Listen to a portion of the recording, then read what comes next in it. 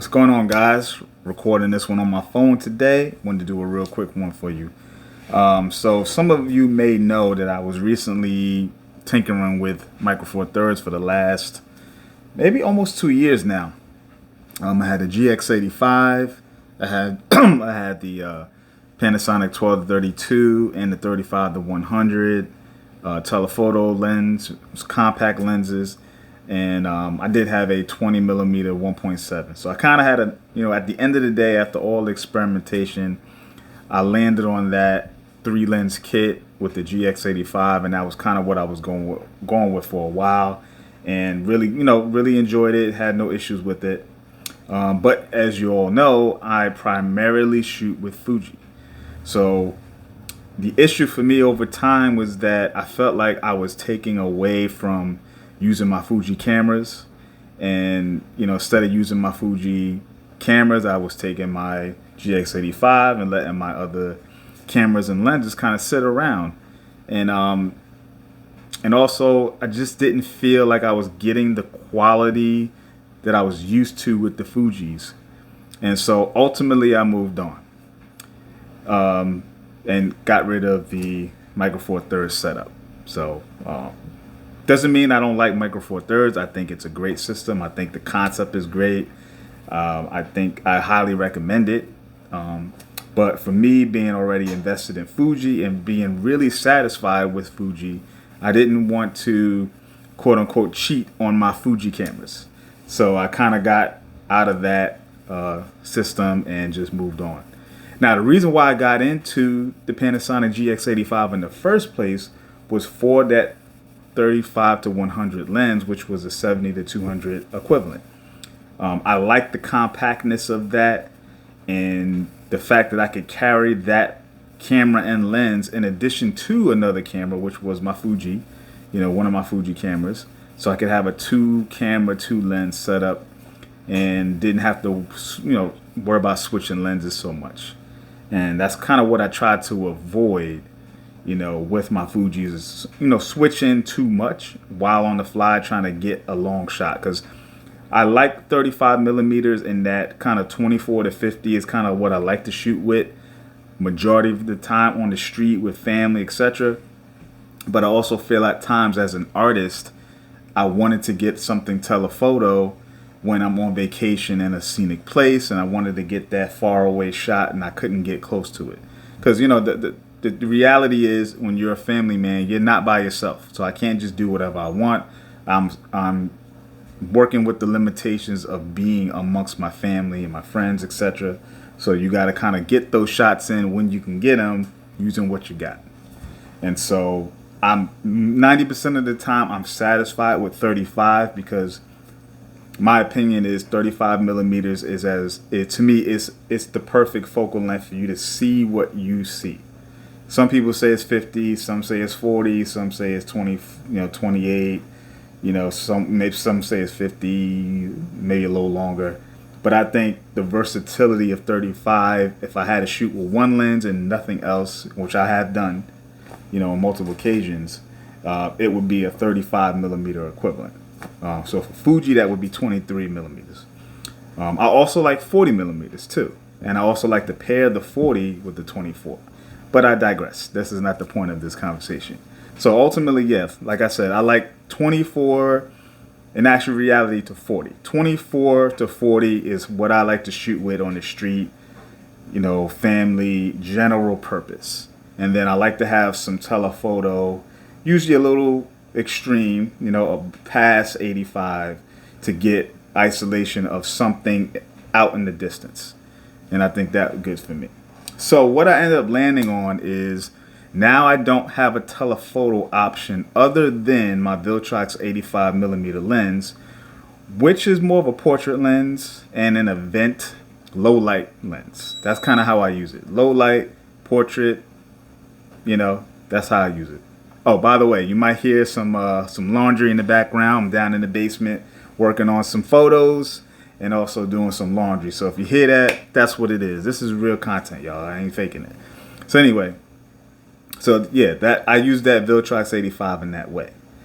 So my dilemma is, what could I get for Fuji to replace to get my telephoto needs met. The options are 55 to 200. You've got the 70 to 300. You've got the 50 to 230. I'm not talking primes here because I already have the 85 will give me 127-ish. So that's covered in terms of fast prime. But I'm thinking outdoor bright light telephoto. Mostly going to be zooms, right? So all going to be zooms. You got the 50 to 140, which is a big honker lens, 2.8. I'm not even considering that. And then you have the super zooms. So I had the 18 to 135 in the past, liked the lens. Some reason I got rid of it, which that was dumb. But anyway, I got rid of it, I think because I was experimenting like I always do. And because I never had a super zoom before that except for the Canon M18 to 150. And that was good. It was very lightweight, but I moved on from that when I moved to Fuji, so that was the replacement for that lens.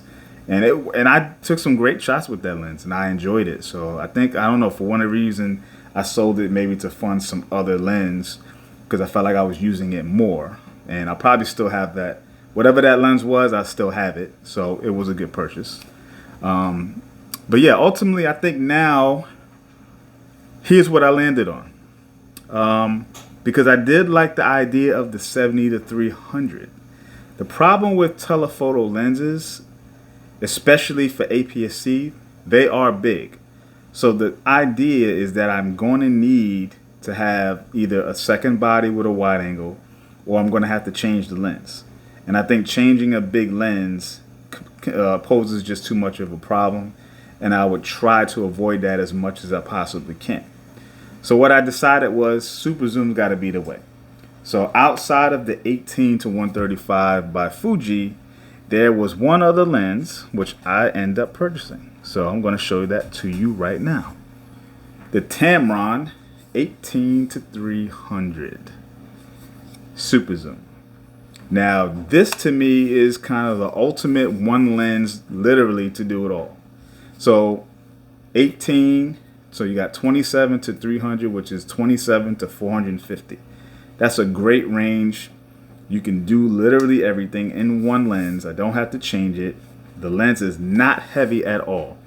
I think they say it's 620 grams. It's not heavy. I put this on the XS10. It's not heavy, doesn't weigh a whole lot.